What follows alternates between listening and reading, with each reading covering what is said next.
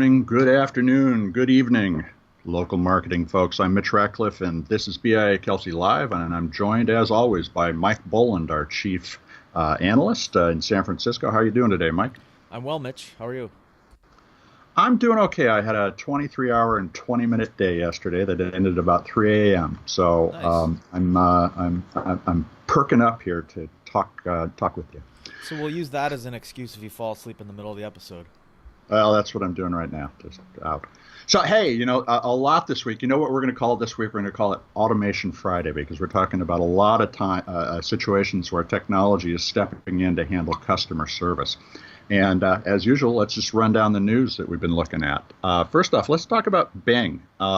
Search engine land, Matt McGee over there found on Tuesday that if you go onto Bing and do a search, in his case particularly for restaurants near the Microsoft campus, that part of the returned listing card is a chatbot that is designed to answer questions about the specific restaurant that you're going to. And these are not the most comprehensive kind of questions like tell me your menu, but Yeah. what kind of credit cards do you take, when do you open, and they do have a what dishes do you recommend.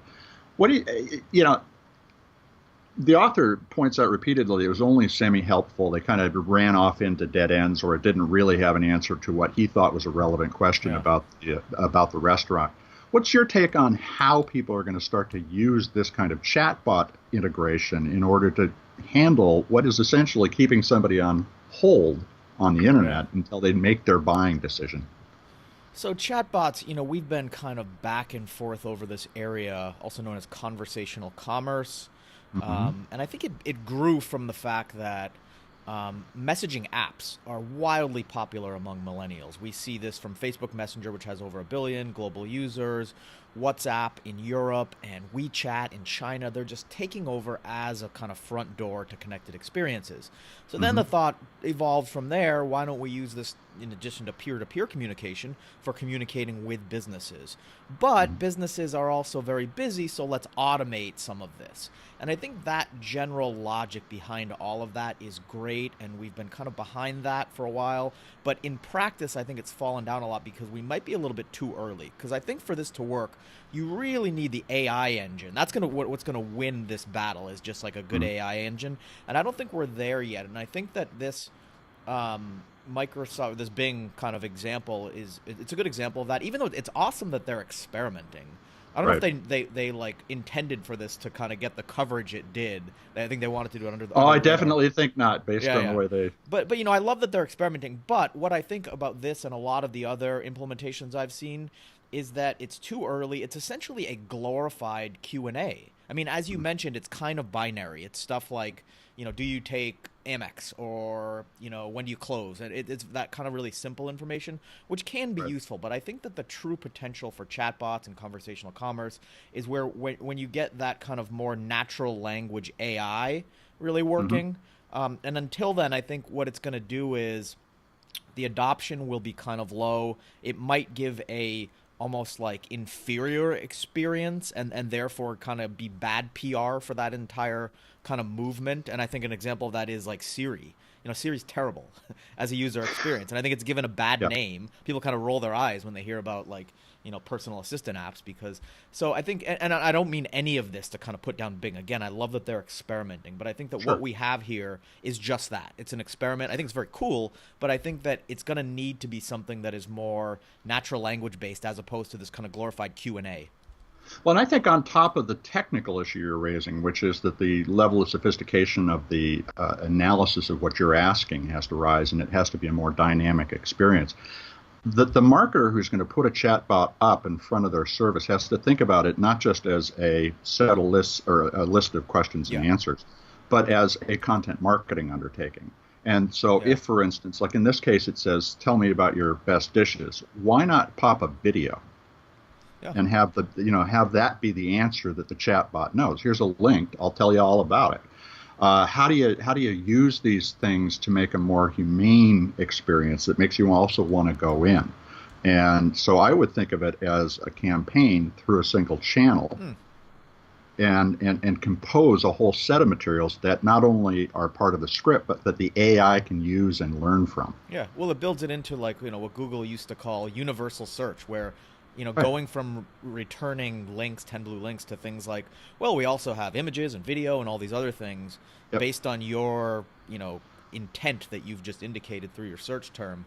Yeah, we could see spoken search kind of go in Hmm. that same direction where the return is maybe in most cases a spoken result, but also, yeah, things that get towards more just kind of robust narratives or convey the aura of the business through things like video. I hadn't thought of that, but that's where it could go. Well, and I think that it's a mistake to think just because you're in chat that Yeah. text is your only medium. Well, you're going to need a screen because in some cases, if Yeah. it's through like a voice interface on like a Google Home or an Alexa, and Hmm. it will be able to detect that and not give you a video, Right. obviously, in those situations. Exactly, and But that's the contextual awareness it yeah, needs too. yeah, interesting. Oh, and the other thing is it also on an Alexa device or a non screen device, it could cue something for the next time you're on a screen. Yeah. Or And audio, it's like that an kind. audio version, and that opens up a lot of inventory for audio ads, which has implications for the kind of radio industry that's trying to kind of Yep. transform with some of these trends. So a Hmm. lot going on there. Yeah, I think it's. I mean, it's a really, I think, a positive thing that they are experimenting with it. And our second story relates to the same category, which is Alexa has introduced a couple of things: a new dashboard for their developers, which allows them to understand how people are interacting with with what are called skills. An Alexa app is a skill, and you inject that skill into the system, and then users can use the skill, but they have to know, a certain kind of framework for interacting with it. And Yeah. that's one of the big challenges that devs need to understand, looking at the performance of their Alexa voice experience, is whether or not people are asking the right questions, whether they've made the right assumptions about the questions and the frame of the question that they ask, and then how they are going to respond and pull people forward. All of that is a real challenge. Now, the other thing that they put out was a location tracking capability. And that, of course, is the other major component of making a personal request, like bring me a pizza. Well, where are you is Right. the obvious question for the system to ask. The way that they've implemented this, why don't you talk away? We were talking about this before we went on the air. It's a little bit out of kilter because it's not all in the voice channel. Yeah. So that's true. So, they're allowing developers in this kind of overall dashboard of more analytical tools for developers of Amazon skills to do all these things. As you said, one of them is to be able to tap into the end user's location. Now, as Mhm. we've learned over the past decade, that's kind of a challenge in getting that opt-in. Now, the Mhm. way that they're trying to get that location opt-in is interesting, and I think it's a double-edged sword. For one, Right. it's a benefit because they're essentially asking for the location on the Mhm. mobile device through the Alexa app. So that is an interface Right. people are used to. It's the old, like, this app would like to use your location. So Sure. therefore, it has a certain amount of trustworthiness in the actual format. It's not something new, which I Mhm. think could be a boon for the amount of opt-ins they get. However, I think it's also, on the negative side, a challenge because you're talking about something that is supposed to get the phone out of the equation to begin with. It's Right. a direct kind of natural conversation with the Alexa device, but yet it's an additional kind of point of friction where you have to go back over to your phone and say, okay, yes, I'd like to share my location, which is already a hill to climb. Getting people to opt into that, it's an Yeah. additional barrier by making them kind of bring in this second device. So I think that Generally, the worst design decision you can make. yeah, no, absolutely. Just raising barriers to something that's already a barrier. Now, I think Right. it's interesting. So that's the actual, like, the kind of the flow of kind of opting in and how they've Hmm. created it.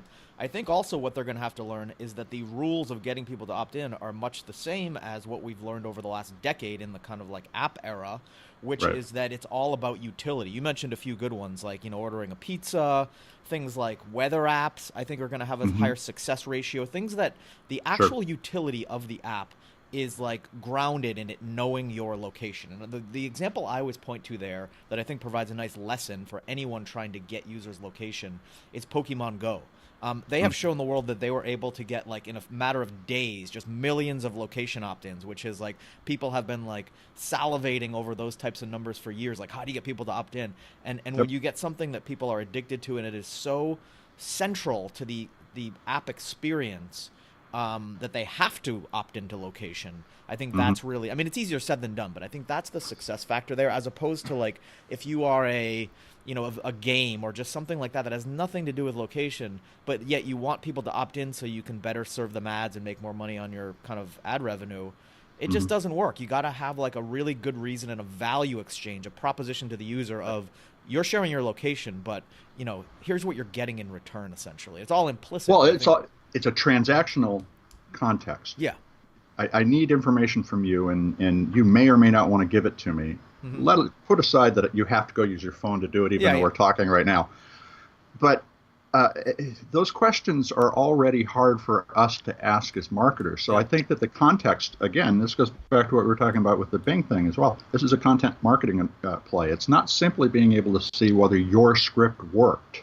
Yeah. It's thinking about how to use the capabilities of the voice search in this case to surface different kinds of experience. Now, obviously, most of it has to be audio, almost all of it. I mean, Alexa could send you a map on your phone if you wanted to do that. Those kinds of things are simple, but you need to be thinking about what your skill is going to do. You need to think of it as a representative of your brand, and so it has to have some intelligence about your brand. And if I said to Alexa, which is better, Pepsi or Coke, both Coke and Pepsi had better have a good argument, and one that I'm going to get through the audio, because that's how I'm engaged right now. So it's a way of rethinking, like you were saying, the radio advertising problem, but not in the context of interrupting somebody, but in terms of having brand-related messages to relevant questions. Yeah. And I just thought of another thing that goes along with what you're saying, and also the tendency to opt in. And I think that because, in the mobile world, there was a certain psychology around opting in, and there was a certain kind of privacy implication kind of looming because, they know where I am. I wonder if that kind of psychology and the tendency to opt in is better, or if it's worse when you're not talking about a mobile device you're carrying around, but you're talking about an Alexa that's sitting on your mantle, because now they know where I live. And I'm not sure if that's going to be, better or worse for the opt-in success rate. I think it actually will work in its benefit, because it does have this. It becomes a utility in the home, and it becomes natural for you to. I mean, look, your electric company knows where you are. Yeah, sure. Too. So does the pizza company. I guess they already know that when you're. Yeah. But it's still creepy for the voice to go, "Can I put you on the map?" And well, maybe that's why they're doing it on the app and not on the voice, or on the app, on the phone, as we were talking about earlier. The opt-in happens on the phone. Be right. So that would be part of the setup process, even before you ever have the Alexa thing. But if somebody said no, getting them to change that setting is going to be really challenging. Well, that's the challenge that we've also faced in the kind of smartphone era, is that once they say no, to turn that back on, it's like someone counted it once. It's like 21 taps to go like deep into your settings to turn it back on. So you've lost that person once they said no. Yeah, so it's really got to be all during the setup, and maybe that's a part of the challenge that they need to think about. So hey, tell us about how we were right. Yeah, so this is another Seattle-based experiment, just like the Bing kind of one we went over first. So on episode 19, this is really just a quick update on something that we predicted in that episode that ended up coming true. On episode 19, we predicted something that Starbucks was going to do, which is essentially to start to establish kind of satellite locations that are kind of bare bones locations outside of their main, stores, I guess you could call them, that are mobile order only. And really the thought is that, the background is that mobile payments, as I've been kind of grinding an axe for years, mobile payments as is aren't going to go anywhere, because the value proposition is like tap your phone instead of swiping your credit card. And it's just like, no one cares about that incremental difference. So we need like real tangible things like saving people time. So this concept of order ahead and pay for your phone, then just pick it up quickly, skip the line, is something that is one of those examples of one thing that really could like make mobile payments finally kind of scale up. McDonald's has done it, Chipotle, and Starbucks has been like the poster child. But the problem is that it's actually gotten so popular that so many orders flood in that it kind of like It overwhelms still the wait. production line. Yeah, you still end up waiting You because still end up there's so many. waiting. And the people in the store who maybe don't even know this order ahead thing exists, they just want to go and have a nice slow coffee or sit there. Their order is slowed down. So there's all this like congestion in the store because of that. So the thought is Starbucks is thinking like, okay, why don't we peel off the mobile orders for the people that just want their coffee quick? They can have these like what I'm envisioning to be economically efficient, low cost. They don't have to worry about like all of the decor. They don't have to worry about the like a good location. It can simply be satellite locations that are near people where it's like a high yield, low cost, like one barista, one expediter, and just pump out coffee all day. And I think And the my thinking is economics of that. Go I ahead. think that'll end up being mostly drive-through. Or it could be Uh, drive-through too. And I guess that it depends. I'm always thinking in like an urban context, but in a mhm. rural context, absolutely. But I think Yeah, that there is the rest of the country, yeah, man. yeah, exactly. So I think all the economics I just went over are favorable. However, I was thinking about this morning. Starbucks also might be a bit apprehensive to do this because its brand is built on this kind of premium product. Does this kind of like high churn, just pump out coffee all day, commoditize its product? And it's interesting because No, Starbucks is like no. one of the best examples of a company that took what used to be like one of the best examples of a commodity. It was 50 cents for a cup of coffee. They convinced the world to pay $3 for that, and they've made it premium. So I wonder if like though I love the economics behind this, if they're doing this kind of mobile order only and just high yield, just pump out coffee all day. Though the unit economics are I great, are there brand implications? And I don't know the answer, but I think what they are doing is segmenting their brand. So they've okay, also introduced Starbucks Reserve, which are the yeah, very high-end stores where you go to hang out, and sure, it's almost coffee museum. yeah, yeah. So I see them sort of separating out those Yeah, they're two tiering the aspects of the marketplace, brand. just like you can get a Lexus, a Toyota, and it's just Mhm. like brands will have many lines. So I think it's yeah, that's smart. And I should say, just for kind of fact checking purposes, and I think I mentioned it's an experiment at the front end, but Right.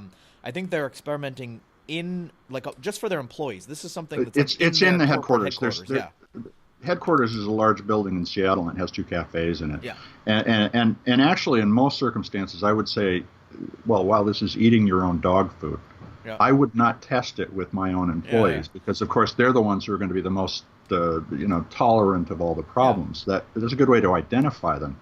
But any other company, I would say that was a concern. With Starbucks, what I've seen them do here locally, and I go to one of the flagship stores. They work their process internally so assiduously yeah. that they work it out. And so this is probably the most interesting aspect of this is they're doing it in an inherently walk-in setting, but I think it'll end up being put in practice in a primarily drive-through setting. Yeah, that's interesting. I think that's where it could really scale when you talk about like the rural, that's most of America. But before we move on to the next one, the question I have is, does the coffee taste better at the flagship location? Uh, yeah, actually, it does. That's where they give you the real coffee? Well, this is one of the most successful stores in South Puget Sound, and there's 4 or 5 around here. I actually do find a difference between the coffee in that store and many other stores, but that's because they tend to put their best staff there. Yeah, huh. Makes sense. So, and then again, my perception of them is colored by having been addicted to the product for 28 years. So, I don't take my word for it. It's like asking the heroin addict in the Yeah, United it's States the best about. business model known to man is give away one free hit, and it's an addictive product. Yeah. So let's move on to the next one because that negative that we just introduced into that brand discussion is the subject of the next one. So McCann Advertising has a research unit called Truth Central, which in and of itself you kind of got to wonder about when an ad agency says here's the absolute source of the truth. But Yeah. they did go out and do an a survey about Americans' trusted brands, and they found that American trusted brands has declined by 42% over the last 42 years. Excuse me, 42% over the last 20 years. And 84% of the respondents said that they believe that brands have the power to make the world a better place, according to the article in Ad Age that we're referring to. Brands can make the world a better place is a really high expectation for a new generation, and not only the millennials, but the younger people who are coming up. They see these organizations that provide their daily wants and needs as responsible for much more than the cup of coffee that you're getting. They're seeing it as, are you contributing to the world? Are you not damaging the world and creating your product? Or are you exploiting people? All of these values are incredibly difficult for brands to bring down to a local level in a way that's meaningful. And I would point to, and while it was a ham-handed example on Pepsi's part of trying to address the Black Lives Matter movement this week, they put an ad up with Kendall Jenner, who is famous for some inexplicable reason. And she gives a cup of Pepsi and everybody cheers. It was a dumb ad. They pulled it within 24 hours and have had to spend the week apologizing for their lack of tone or tonality. They just didn't come across as honest to anybody, mostly because there were no black women in this ad, and it was calling up an image of a black woman from Baton Rouge many years ago. So brands these days have to find a way to make a trust connection, and it seems to me that as we look at the global to local funnel of advertising placement, that they need to be thinking about making it locally relevant, not just nationally. Don't pick political issues, pick local issues that they can be associated with, whether that is Green Washington in my case, or even down to we support youth baseball in your area. Those might be better ways for them to get that initial trust step out of the consumer. What do you think about this? Sure. So I think the local angle is important in terms of injecting kind of meaningful, genuine stuff, and I'll circle back to that. I think that these initial findings are not surprising. I think that in the very short term, I think that you see like the flood of fake news has kind of discredited almost everything, and people are just untrusting. I think the survey data is inherently about trust of brands, but I think more accurately, when you were talking about it, one thing occurred to me. So within the last 20 years is when this 42% dip happened. That 20 years aligns nicely with the kind of advent and upbringing of millennials, and millennials are known to be very untrusting of brands, untrusting of advertising, traditional advertising, and the kind of jingle and kind of, slogan-laden stuff of traditional advertising. And that leads into, one of the things that we always talk about, and it is present in our mobile forecast, which is the rise of native social advertising. And I think one thing that native social advertising does, it's really resonated with millennials for a few of these reasons I'm talking about, which is it really raises the bar in terms of production quality and kind of genuine content that deserves to be, within like someone's Instagram or Snapchat feed. I think they've raised that bar, and it's really shown a lot of success among millennials in getting them to trust brands. So I think yes, they don't trust brands, but part of it is like the medium. The medium is the message. It's that all over again. And the medium in this case, or the delivery platform, being just, the native social format as opposed to like a 30-second spot, I think is something that a lot of brands are learning. Doing something for you rather than telling you something. Yeah, exactly. And that gets back to the local point. I think it reaches another level of kind of genuine appeal with that localization. And again, with native social advertising, that's why we're seeing things resonate like geofilters in Snapchat, where brands or even individuals can create a filter. And a filter is something that's very key to the whole kind of flow of the Snapchat product. Again, that's what makes it native. But the localization are these geofilters that let people apply these filters to their snaps that have this really just kind of local flavor. And brands are doing that. Individuals are doing it. And I think that localization, I agree with you, can be one way to make things more genuine. Because I know I'm sorry I keep saying the word genuine, but that's the key point here that resonates with millennials. Things that are authentic and genuine. Well, not contrived Pepsi commercials. Or Kendall Jenner, who is just contrived. Going to be interesting to see how it works out. Well, that is what we wanted to cover for this week.